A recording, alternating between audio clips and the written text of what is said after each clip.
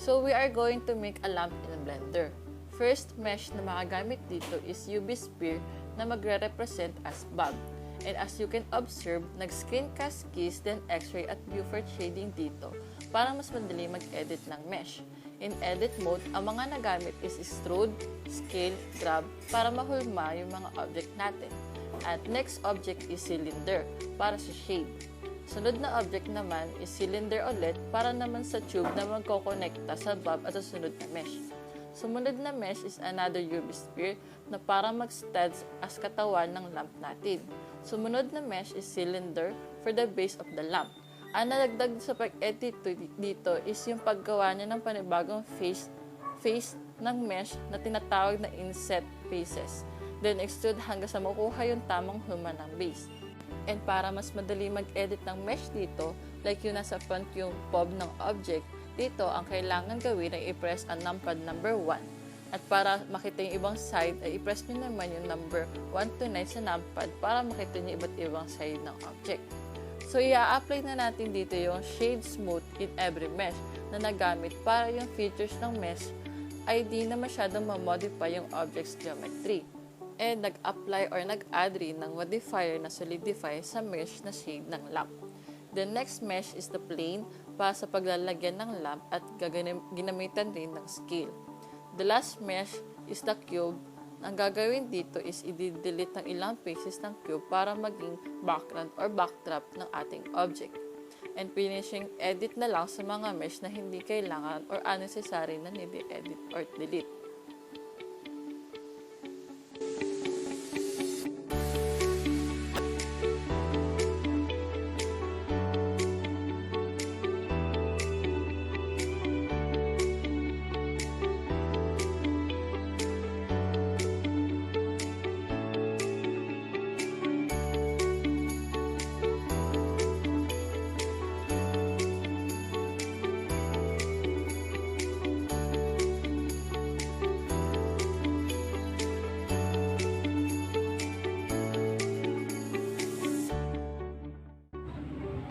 Now we're moving on to shading. As you can see, we're now making a shading in the bulb by adding new material.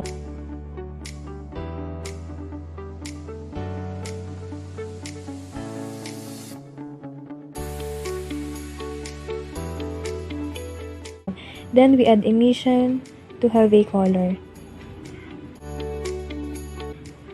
The color of the bulb is yellow and we connect them together.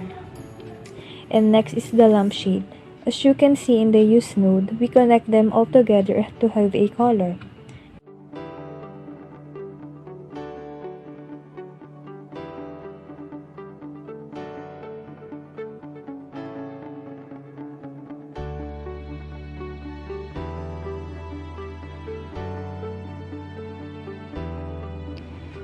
We have material, diffuse, translucent, layer, and mix shader.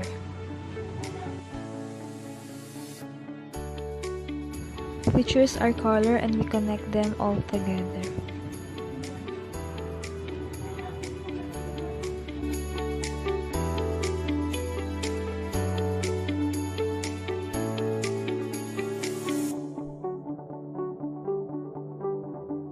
And the third one is the circle around the lamp.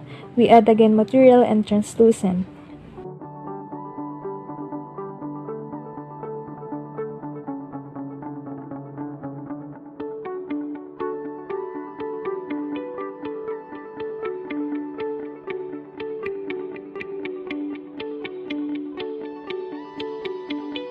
We're now going to find the image texture that we prepare like wood type.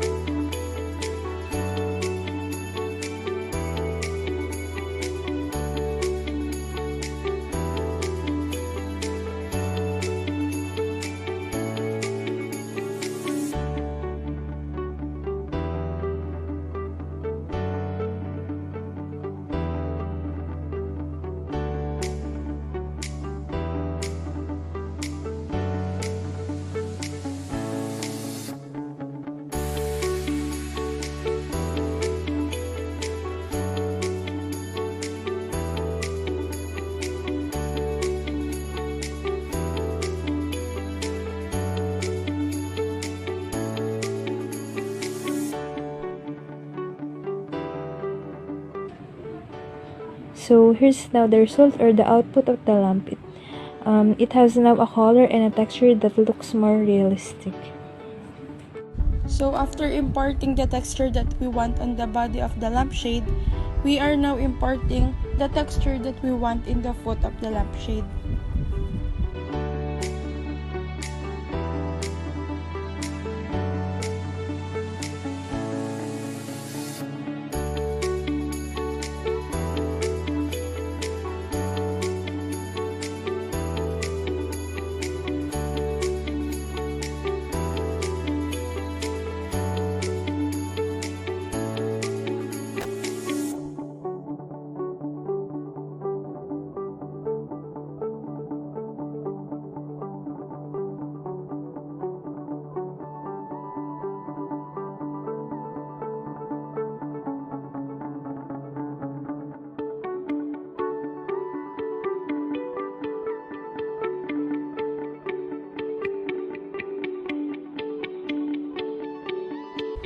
And now we are waiting for it to be applied.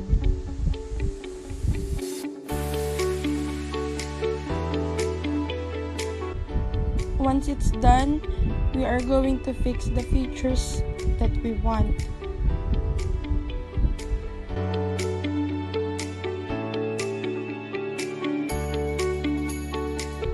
Now we are trying to see what it looks like after rendering. So this is the rendered viewpoint.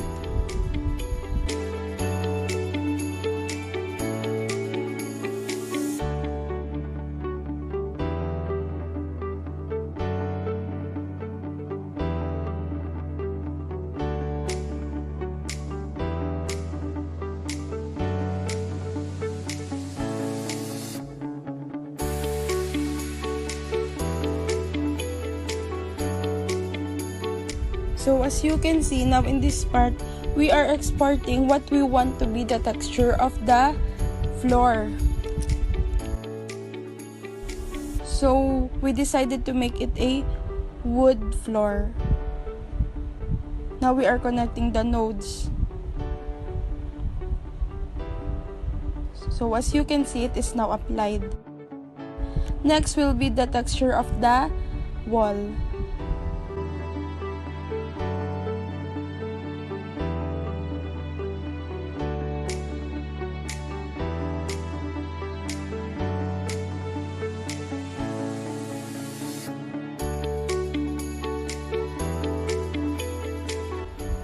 So we decided to make it looks like a wood also, but in different color.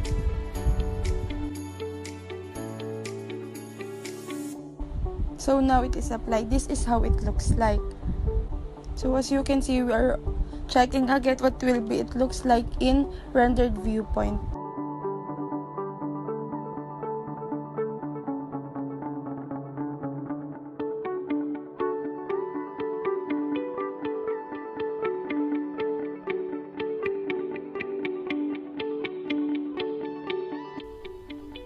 After finishing the creation of our model, now we'll add an area light to have some effects and to cast shadows on our object. So this light also helps to reduce noise in the interior scenes. Now we're adjusting the lights and put it in the right position to give us more realism in this scene. Now we're placing it in front of the object.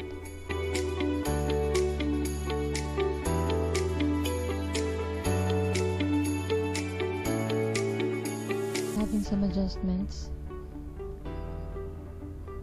to have a good output.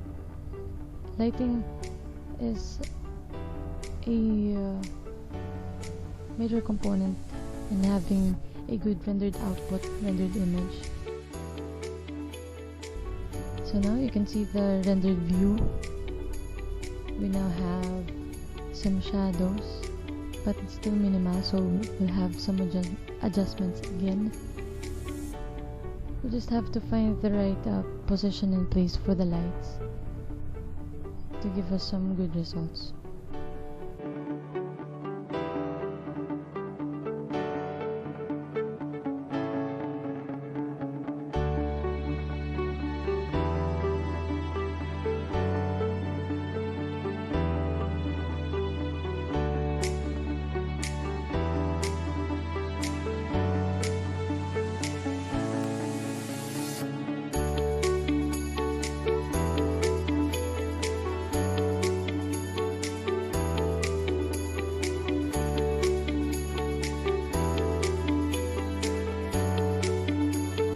now we'll render the image. So let's just wait. There are rendered output.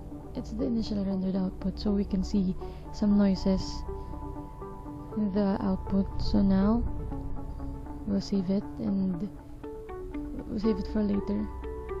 We'll have some denoising to do. Okay, you can save it. Let's just save this rendered output for now. Now we want to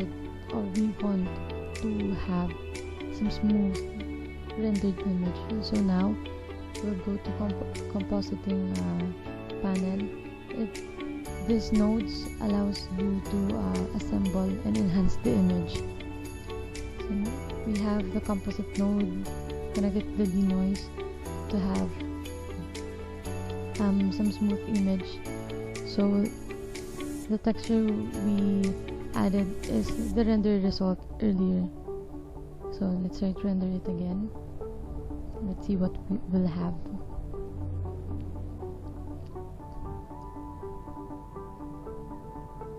Okay, let's repeat the process again.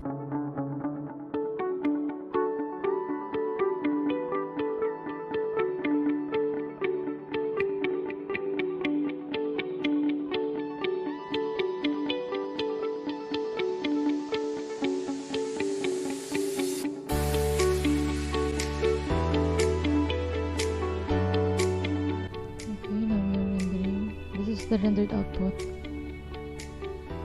and we'll save this. Now we will compare it when we add denoise node on the main object. Let's see.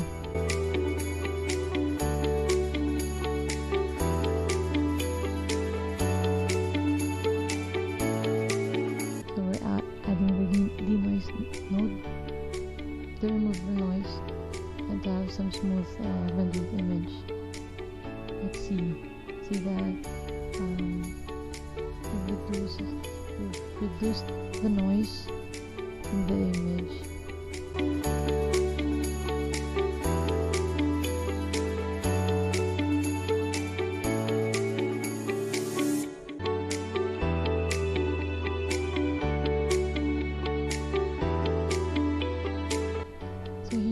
The rendered output, the initial rendered output, and then this is the rendered output with denoise or the enhanced image.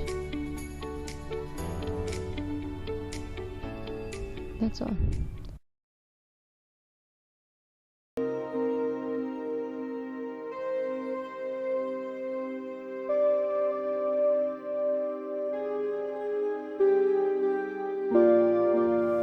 In this topic, we will know about the subsurface scattering. In this part, we will create a candle model for subsurface scattering. Somewhere above the city lights, you're falling in love. Still aware, you know it is true that you were lost, and this is a clue. Love is forever. Love is forever. To believe, you gotta let go. Light as a feather.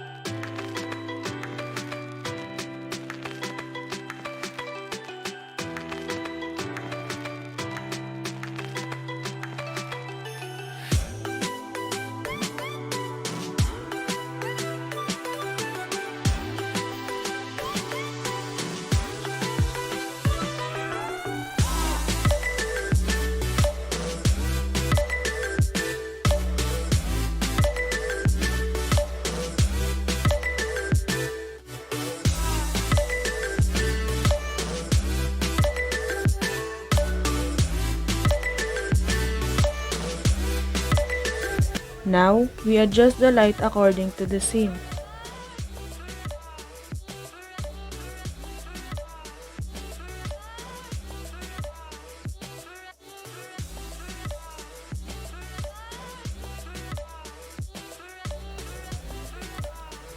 Now, we select the candle. And now in Node Editor, select the material and change the subsurface color according to your model. Then increase the subsurface value to 1. In Render View, our model will get cover.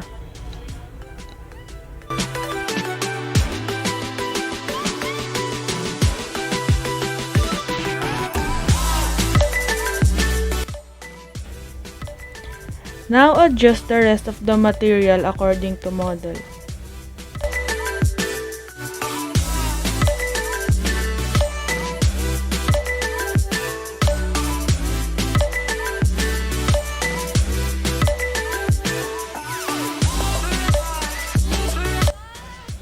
Now, for the subsurface scattering, go to Material tab, then go to Setting.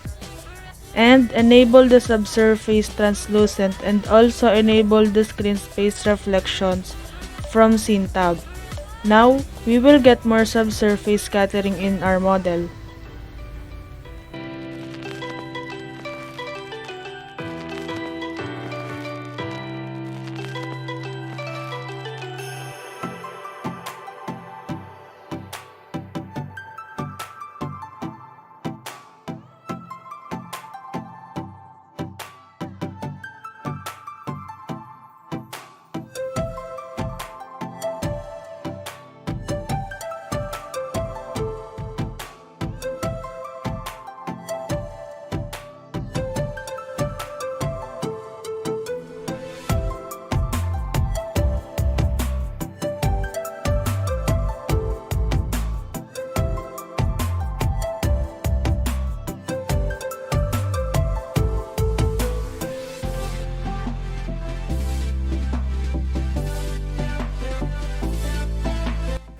In here, we adjust more color so that it will fit the scene.